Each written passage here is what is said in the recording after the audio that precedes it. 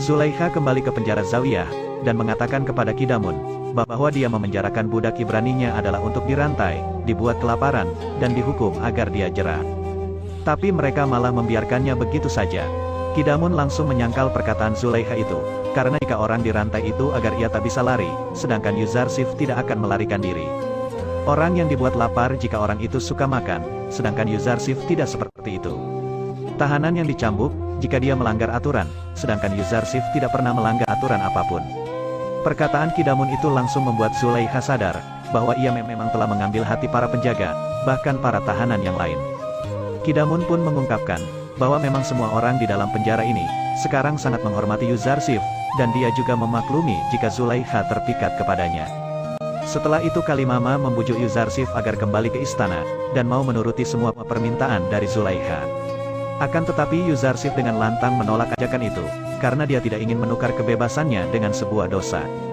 Zulaikha yang mengetahui hal itu pun menyuruh agar Yuzarsif terus dipenjarakan sampai ia mati membusuk di dalam penjara.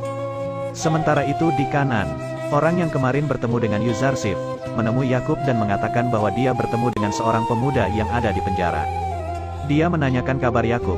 Ketika Yakub menanyakan apakah nama pemuda itu Yusuf, orang itu menjawab bahwa pemuda itu tidak menyebutkan namanya, dan hanya bertanya tentang Yakub saja. Dia juga berpesan agar Yakub mendoakan anak yang terpisah dari ayahnya. Hal itu langsung membuat Yakub berpikir, bahwa pemuda itu adalah Yusuf anaknya. Namun Benyamin mengira, bahwa pemuda itu bukanlah Yusuf. Karena apa yang Yusuf lakukan di Mesir, sampai ia harus dipenjara. Yakub pun berdoa agar Allah mengabulkan semua doa dari pemuda yang ada di tahanan itu, dan segera membebaskannya dari sana. Anikmahu akhirnya mendapatkan surat undangan dari Amunhotep, untuk menghadiri sebuah pertemuan di istana.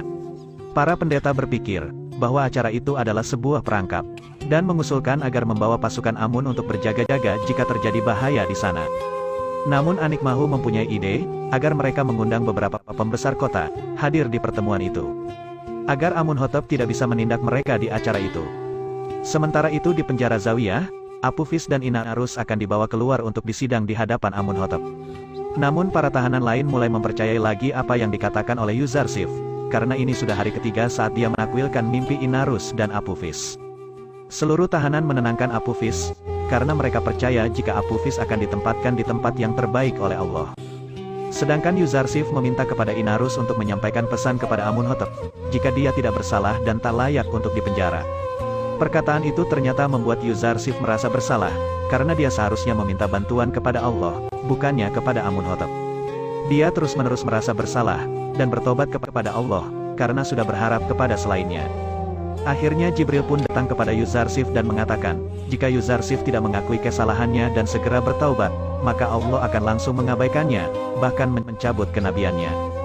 Karena hal itu, yang sebenarnya Yuzarsif ditakdirkan hanya dipenjara selama 1 tahun saja, dia akan dipenjara 7 tahun lagi untuk menebus kesalahannya, dan membimbing para tahanan yang nantinya Yuzarsif akan membutuhkan banyak teman.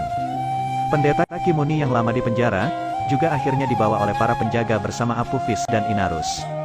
Saat di perjalanan, Kimuni mulai mendesak agar Apophis tidak mau buka mulut di hadapan Amunhotep. Dia menyuruh agar Apophis mengatakan, jika waktu dia bersaksi di hadapan Putifar, dia tak tahan karena telah disiksa. Jika Apophis mengungkapkan semuanya kepada Amunhotep, maka keluarganya dijamin akan terkena kutukan dari Amun. Anikmahu akhirnya hadir di istana, yang sudah dihadiri banyak sekali pembesar-pembesar. Serta Amunhotep yang menyambutnya, langsung bertanya kepada Anikmahu, apa hukuman bagi para pemberontak yang berusaha membunuhnya.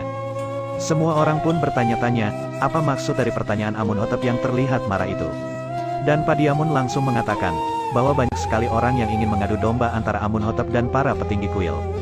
Tapi Putifar langsung menyuruh agar penjaga membawa masuk Apophis dan Inarus. Yang langsung ditanyain, apakah mereka ada hubungannya dengan para pendeta saat berencana membunuh Amunhotep. Apophis langsung menjawab, bahwa para pendeta tidak ada hubungannya sama sekali dengan rencana pembunuhan itu, dan saat dia mengakui di depan Putifar itu, karena dia tidak tahan disiksa. Maka dari itu, dia mengarang cerita agar berhenti disiksa oleh para penjaga penjara. Anikmahu lalu mengatakan kepada Putifar, kenapa dia sangat bersikeras menuduh para pendeta terlibat masalah ini. Putifar pun mengatakan, bahwa pertunjukan ini masih akan berlanjut. Kemudian dibawa masuk lagi Kimuni, yang membuat para pendeta lain terkejut dan merasa ketakutan. Namun saat Kimuni ditanya, kenapa ia mencari Apophis sampai di penjara. Kimuni menjawab, bahwa dia merasa kasihan kepada keluarga yang selalu menangis kehilangan Apophis. Karena jawaban itu, Potifar tidak bisa lagi membongkar rahasia yang sesungguhnya. Karena Apophis dan Kimuni tidak mengakui yang sebenarnya terjadi. Karena kejadian itu, Amunhotep sangat marah, dan mengusir para pendeta, karena dia merasa kalah di hadapan semua orang. Amunhotep muda lalu mengatakan kepada Apophis, jika Apophis mengakui semuanya, maka para pendetalah yang akan dihukum, dan Apophis akan terbebas dari hukuman. Tapi semua yang Apophis lakukan itu, agar keluarganya bisa tetap aman. Seperti yang sudah dikatakan oleh Yuzarsif di penjara, Apophis akan dihukum gantung, dan Inarus kembali menjadi penyuguh minuman bagi Amunhotep. Amunhotep juga memarahi Potifar, karena kelalaiannya maka para pendeta terbebas dari hukuman dan tidak terbukti bersalah di hadapan halayak ramai.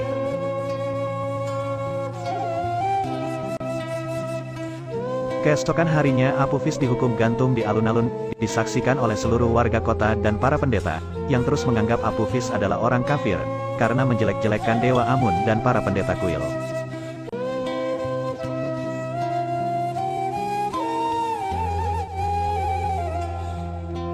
Sementara itu di penjara, penjaga mengatakan kepada semua tahanan, bahwa takwil mimpi Yuzarsif telah terjadi. Tapi Nineferkip tetap menganggap bahwa Yuzarsif adalah seorang penyihir, dan menyuruh untuk meramal lagi apa yang akan terjadi. Yuzarsif menjelaskan bahwa itu bukanlah sihir, melainkan tanda-tanda Allah yang menjadi petunjuk baginya. Dia juga mengatakan bahwa sebentar lagi Nineferkip akan bebas dari penjara. Hal itu membuat dia merasa sangat senang, karena seharusnya ia dipenjara seumur hidup. Tapi para tahanan lain berharap jika perkataan Yuzarsif sekali ini adalah salah. Sementara itu jasad Apophis yang masih tergantung, mulai dikerumuni oleh burung gagak, seperti apa yang dikatakan oleh Yuzarsif.